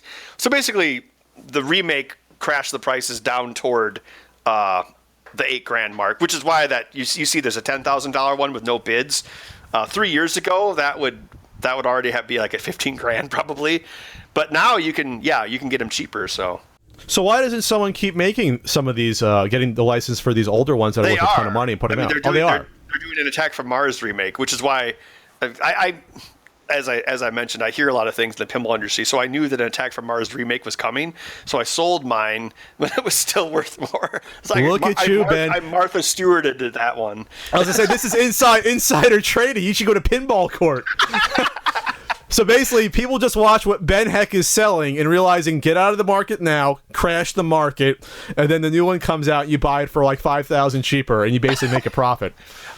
Yes, I only have one game now. I have a ratty old space shuttle, and I told my coworkers, I'm like, if I sell one of these games, it's going to be Attack from Mars, and they're like, why? That's the best game. I'm like, I don't know. Wink. Yeah. Well, I don't know how much the prices have been affected, but then of course I saw the Attack from Mars remake down in Texas at the Texas Pinball Festival. I'm like, wow, that's kind of tempting. And he actually lowered the price on that because I think he's trying to bend Stern over. And Stern's not manufacturing Attack from Mars remake. They did manufacture Medieval Madness, but Attack from Mars is going to be Chicago Gaming. The remake looks like the deposit for coming out is $6,500, and then an original one I think is on right now for $7,500 or best offer for an original Attack from Mars. So yeah, Attack from Mars never got as expensive as Medieval Madness, but like in good condition, you could easily get $10,000 for one though. Well, restored condition, like sure. Mine, I probably could have gotten like $10,000 for mine like 3 years ago, but then even when Medieval Madness remake came out, all the prices started to get depressed because people realized anything was game for a remake. Do you see the newer generation getting interested in pinball? How I see a newer generation, getting interested in retro video games, or is it sort of separate and now still like the old guard? Well, my editor at work, Max, he's 25, and he really wants to buy a pinball machine, so he's interested in it. Like as you mentioned, the barcades, I think that attracts a lot of people. And in a world where everyone's just looking at their static cell phone screen and looking at a computer screen or looking at their video games, like an actual physical game under glass, I think kind of has a retro old school feel the same way a classic Nintendo cartridge does. Well, that makes sense. Do you see there being a market crash, say in 20 years when, say, these pinball collectors get into their 70s and be like, okay, I don't have room for this one? To Florida. Or some just die, and then this is what happens. I get emails sometimes where someone has a huge retro video game collection. I got a message from someone, their husband died, asked me how to sell the collection, or my friend died. How do I approach the wife in order to buy the games or to sell them off? This is real stuff that has to be thought about, not just for the individual, but for the actual market. All of a sudden, you have hundreds of games flooded onto the market within a few months, and that starts happening regularly. I just read an article from The Guardian about Elvis collectibles plummeting in price just because all the collectors are in their 70s, 80s, and they're starting to die, and all their collections are going back out into the market. Right. Yeah. Right now, I would say the average collector is probably 50 to 60. And in 15 to 20 years, they're going to be selling all their junk and moving to Florida to die.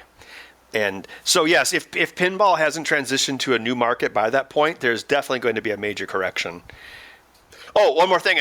That the PlayStation Nintendo prototype, that was found in a box of dishes at an estate sale.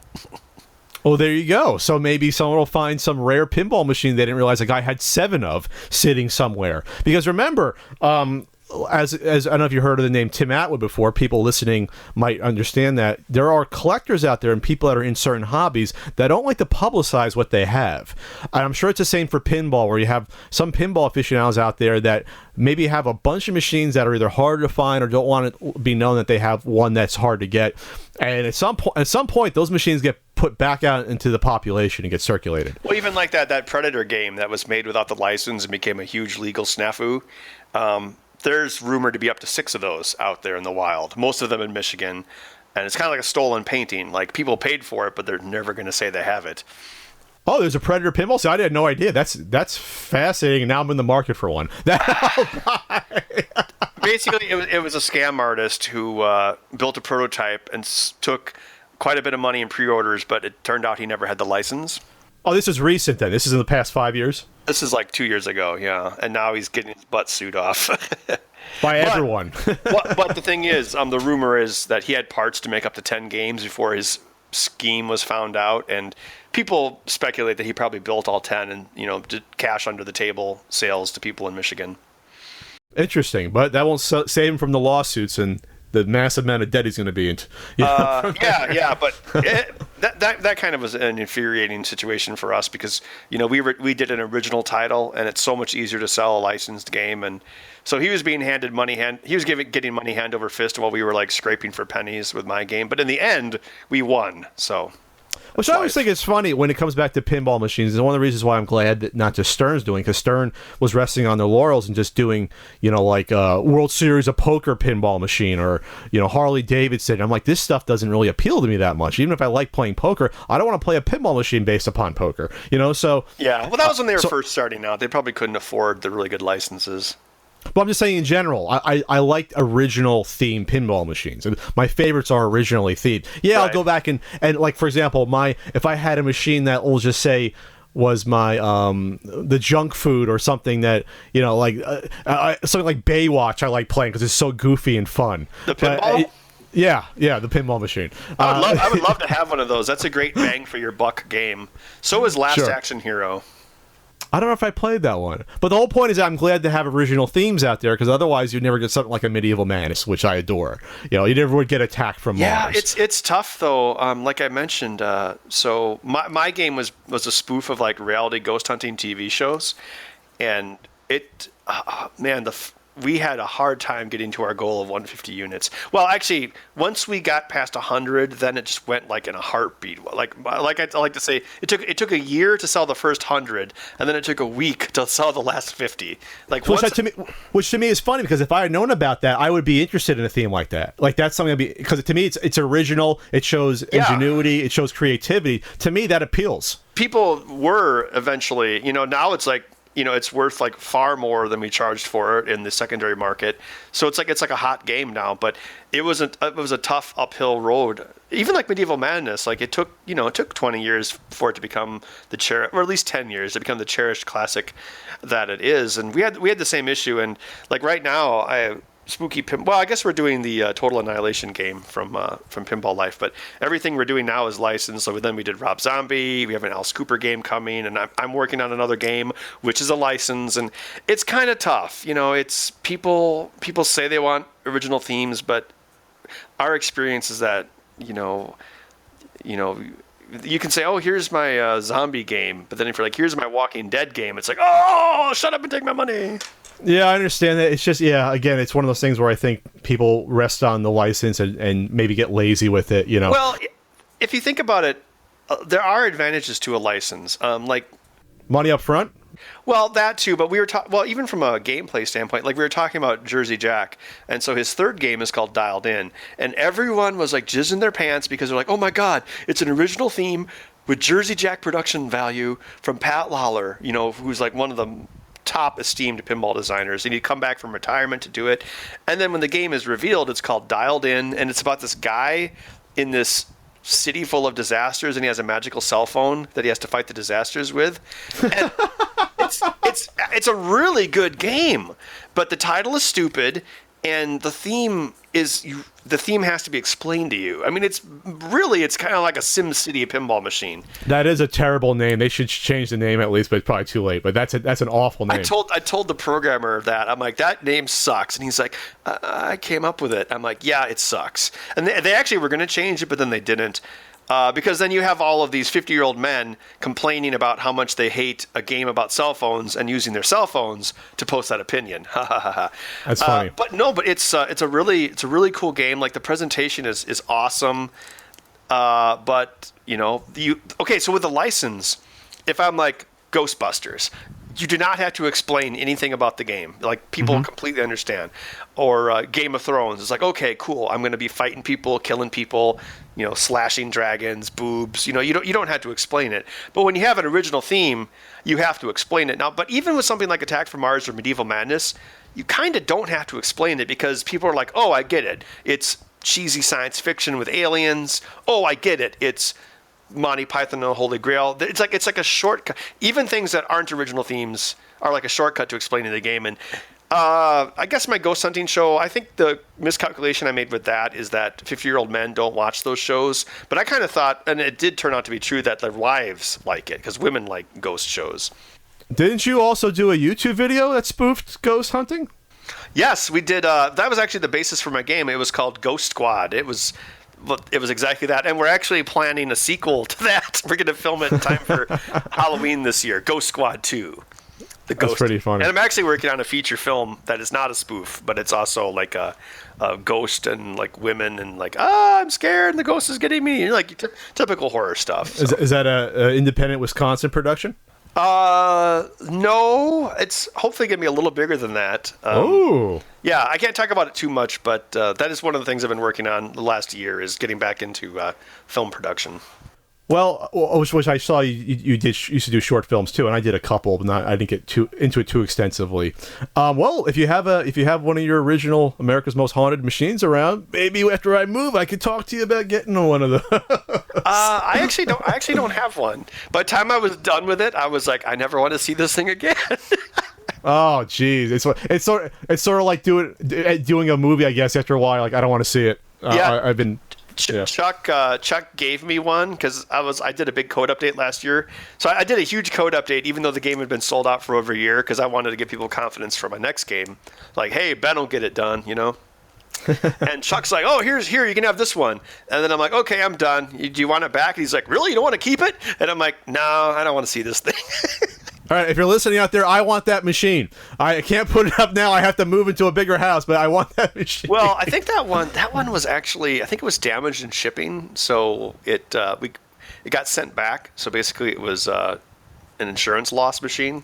So I don't think anyone can get. I don't know how I didn't know this existed. I had no idea. I got to talk to Ian. Ian's holding it out on me on the pinball news, I guess. Well, we had. We limited our run to 150 games, and then Rob Zombie we doubled to 300. Alice Cooper's 500. Mine's going to be more than that. So what are you charging your machines? Alice Cooper, I believe, is going to be 6,250. Rob Zombie and my game were both 6,000, and then my next game, honestly, by the time all the mechs are done, it could creep closer to $7,000. And for those out there, I think that's insane. Now these are going for like 9,000. A lot of these new machines, so like 6,000 doesn't sound that bad to me, knowing that a lot of these are like $9,000. Oh, that kind of reminds me, like, whenever I see people complaining about the price of video games on YouTube, I just think about pinball machines. It's like, oh my God. Like, the way these people bitch about some slight thing that's wrong with their $60 game that cost $100 million. If they knew what it was like in the pinball. Oh, maybe that could be a closing topic, video game inflation. Well, I wanted to segue because I know Nintendo Switch has been in the news, and I saw some of your tweets. We probably have some disagreement when it comes to the Switch. Oh, definitely.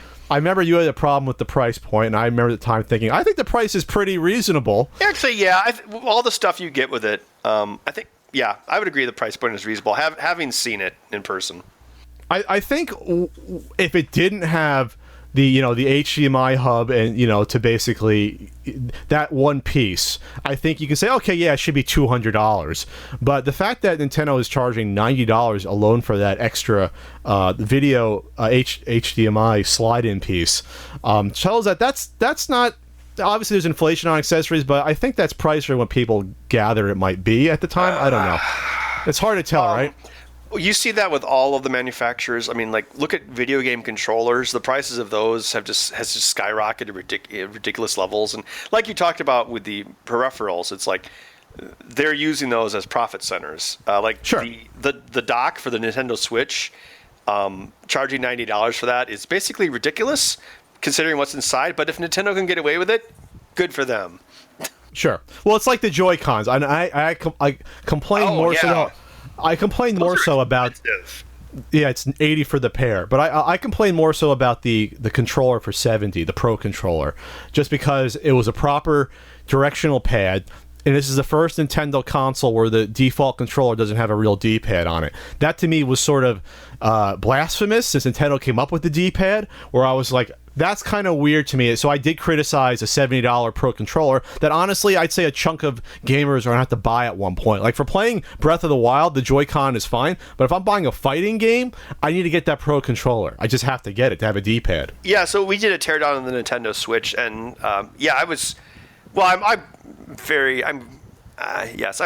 skeptical of Nintendo in general. That's a well-known thing. But if you look at the Switch, it's a tablet, and then you've got those Joy-Cons, and then they give you the dog face controller click thing, and then you get the dock all for $300. So you have to think like those Joy-Cons. There's a lot of engineering in those. There's a lot of parts. There's 3 lithium batteries total in the system. You have like a heat pipe, intercooling system, a screen, a touch screen, a cartridge connector, a lot of rumble. Connectors.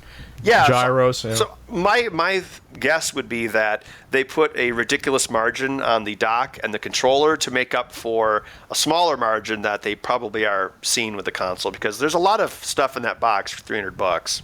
Yeah, I like I said to when it first came out when they announced, I said I don't know how much Nintendo could have got away from, like if they charged $250, yes, people would have been like, oh yeah, that's a great price, but then Nintendo would have been making much of a profit on at that point, and they probably wouldn't be selling that much more. If you're going to spend $250 on a console, you'll spend $300. And when the Xbox One and PS4 comes out and they're like $400 or $500, right, people don't complain as much at the price point. For some reason with Nintendo, they take an extra jab at them for that, for some strange reason. Well, Nintendo usually is the cheaper option between those, and they also have a history of not.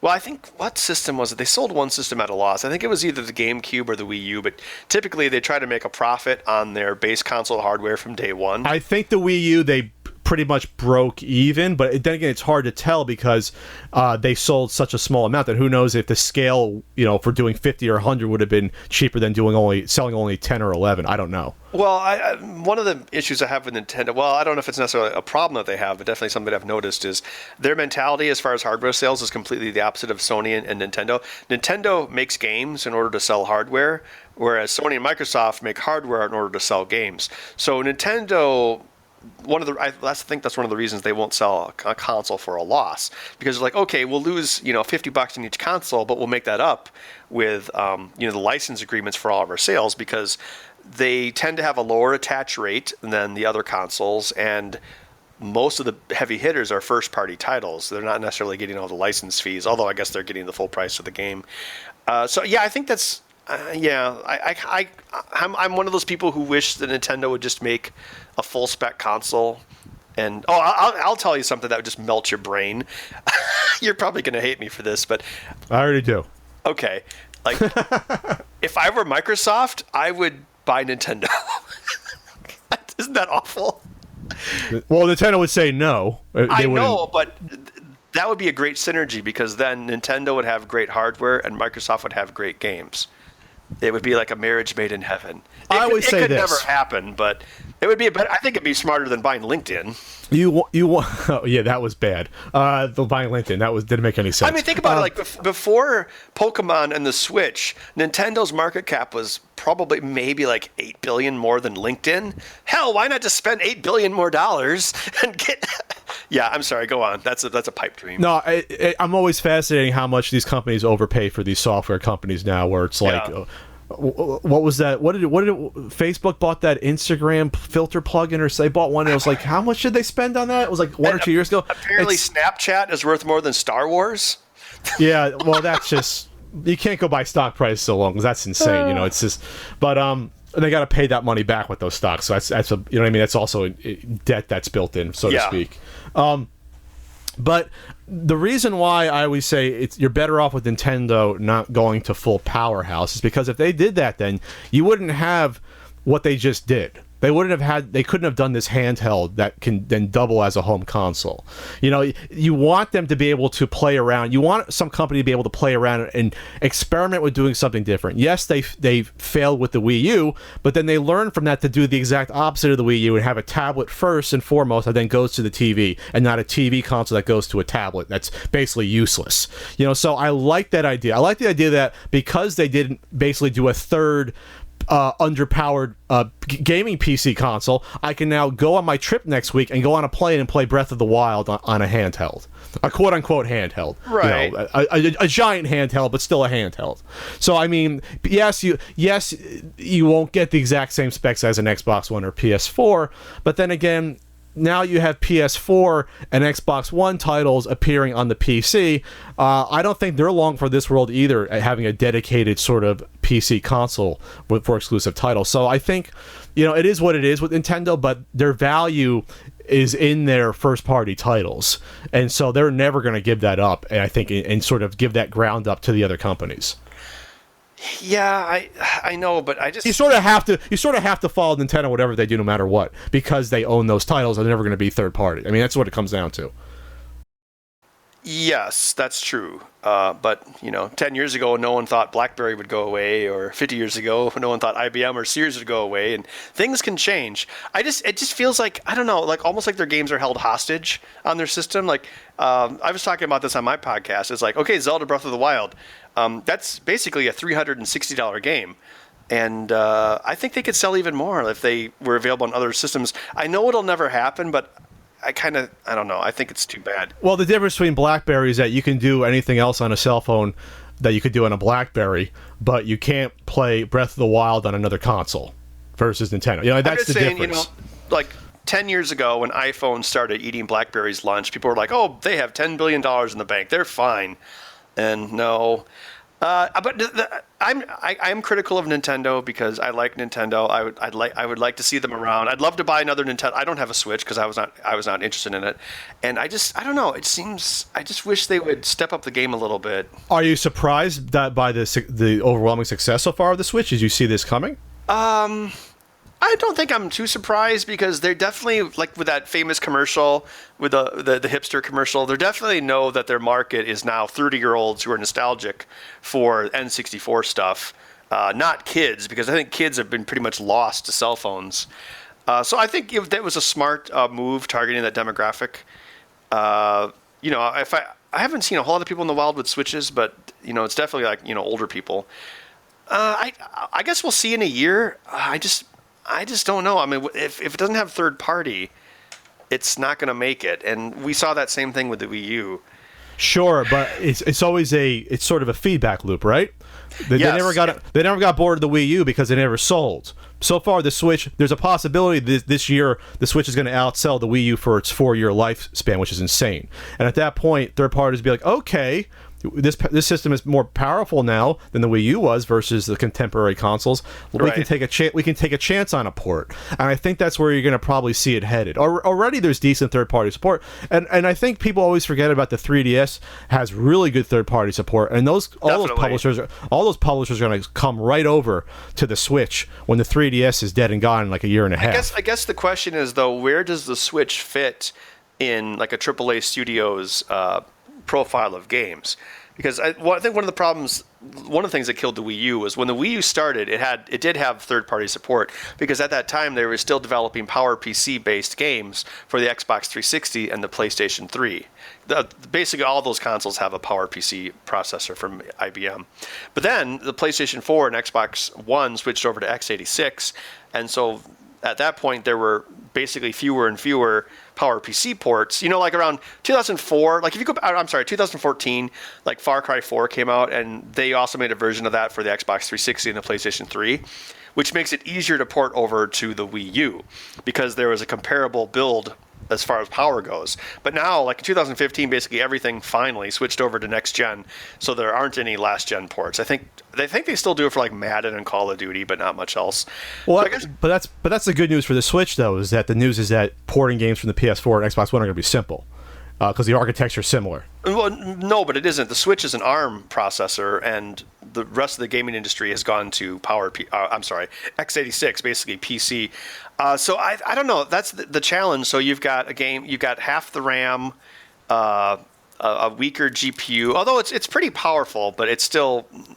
I guess my thing is, you're not going to see direct ports. You're not going to see Horizon Zero Dawn on the Switch, and I think that could hurt it. I mean, the Xbox One, people complain about that system being weaker than the PlayStation 4, which it is, but it still gets parity of ports. You still get like the same game across platforms. I'm looking at what NVIDIA said back in the fall. I'm looking at they said that they admit that the chips inside your PC, PS4, Switch will have differences. The processor will vary, but they still all use a common architectural language. That's basically what it's saying. So, I mean, that's why Skyrim's already announced, and I mean, to do that game from scratch would have been insane. So the fact that they're porting that over, the fact that they're porting over NBA 2K is already announced and confirmed. They're going to have, I think, FIFA's already going to be on there. That to me is a great sign, because those are not the types of games that you got on the Wii U. Remember, EA pulled their support pretty quickly with the Wii U, probably because they figured it was a pain to port it over, but also there was no sales. It wasn't worth their time to do it. Right. So we'll see, though. I mean, it all depends upon, I think, how it does it for this holiday season into next year. Because it's automatically going to sell well for the holiday season just because it's a holiday season. If it's still selling well spring 2018, then it has a chance. Because I think you also have to, like Nintendo also doesn't send out dev kits very early. They have less support for their developers than the other companies do. That's one of the reasons Microsoft made a big gain, because Microsoft had great support for the 360 at the time when PlayStation was confusing everyone with the cell architecture, and now Sony has really good tools. Well, Sony also had really good tools back in the 90s. That was one of the ways that the PlayStation 1 got a good head start. I guess my point is, so let's say I'm a AAA developer and I'm like, wow, the Switch has sold 2 million units. This it might be worth it to make a game. I'm going to start making a game. I make the decision now. So when does my game come out? Come out like next summer at the earliest? And is the momentum still going to be there? No, I'm more looking at it as, okay, I just came out with my new FIFA game, and if it only costs me a certain amount of money to do the port, why not roll the dice and see what happens? You know what I mean? That's the way I'm going to look at it. Versus, I'm not saying you're going to get a lot of exclusive AAA titles. You're probably going to get next to zero. In terms, okay, you might get Bayonetta 3, which you can make an argument is or is not a AAA title. But I'm talking about, okay, when GTA 6 comes out, is it possible to do a port over to the Switch?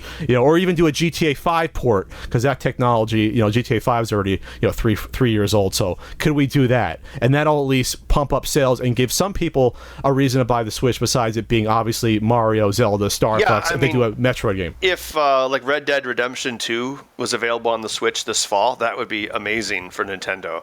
I just kind of doubt it will happen, because someone like Microsoft would just lay a bunch of golden toilets at Rockstar's door and say, make it happen. I don't really see Nintendo doing that. Microsoft is like the guy who's a jerk, but he buys everyone around to drinks at the bar and they love him. That's kind of how they do their development.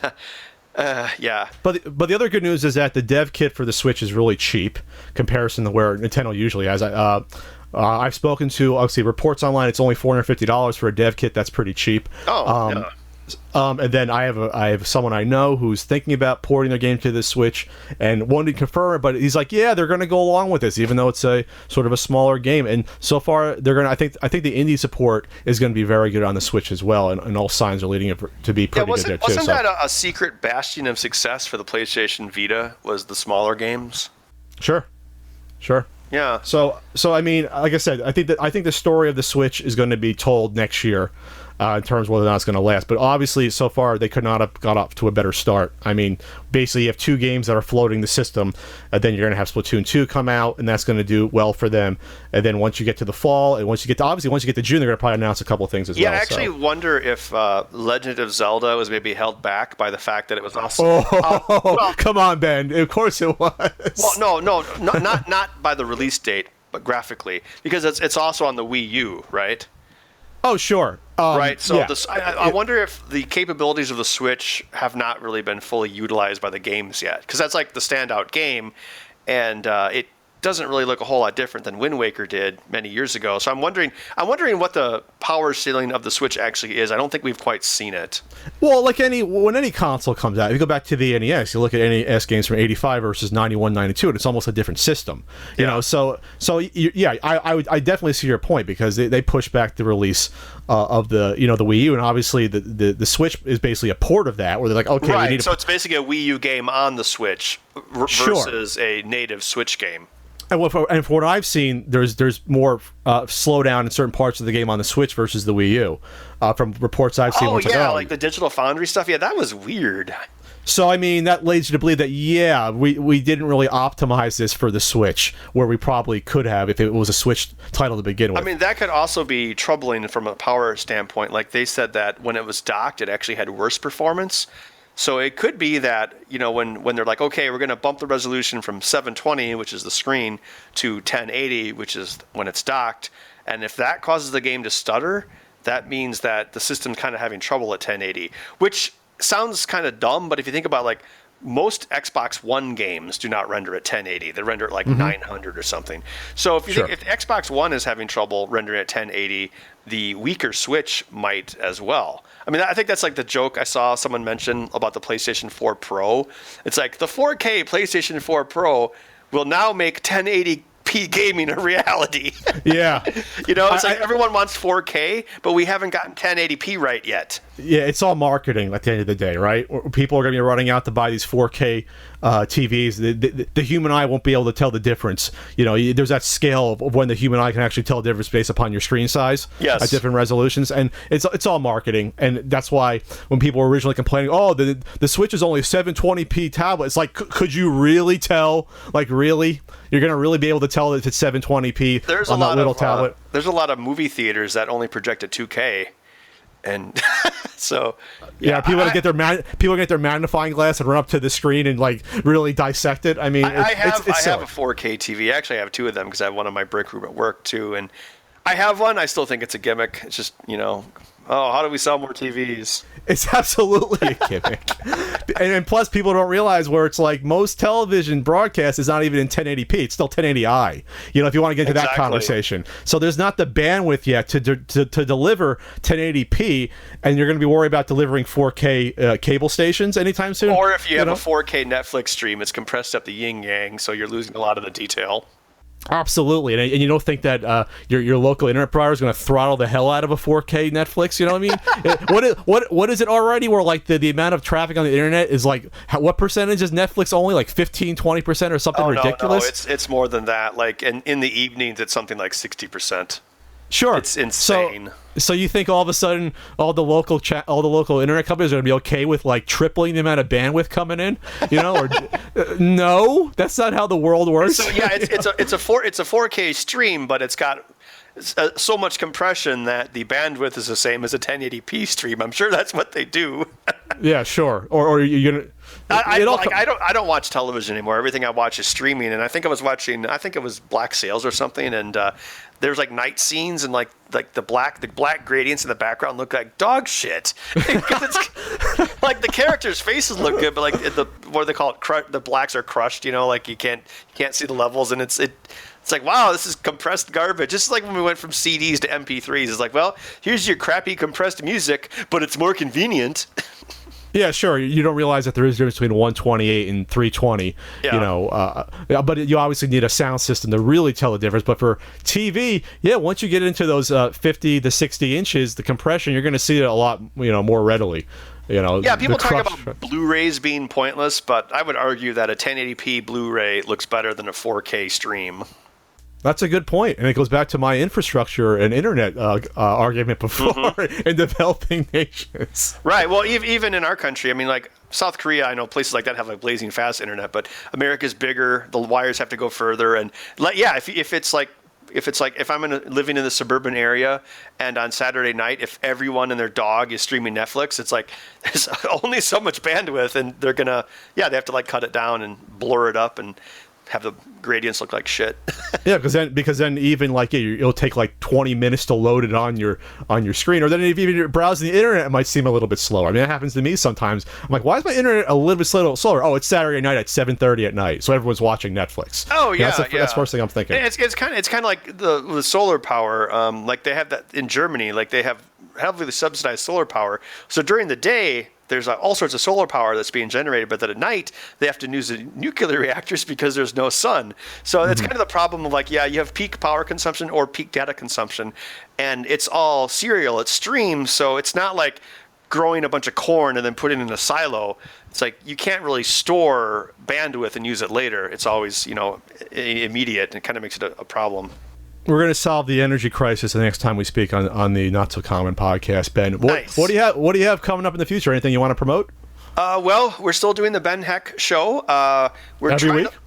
Yes, we're trying to maybe branch it out into some new content, like having, Felix is working on a Linux section. Karen is working on a Maker Bench. So there'll probably be some new content and side channels coming for the Ben Heck show in the future. We still have the benheck.com podcast, which is at benheck.com. You can also check out and read about the Ben Heck show on element14.com/TBHS. And I also have, I'm working on a new pinball machine, which will probably be announced, probably this coming winter. And I'm also working on 2 movies, but that's a little further down the road.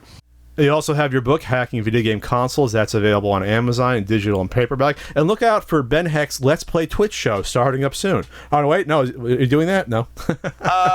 No. Is Twitch, is that the new thing to do? Do you do that?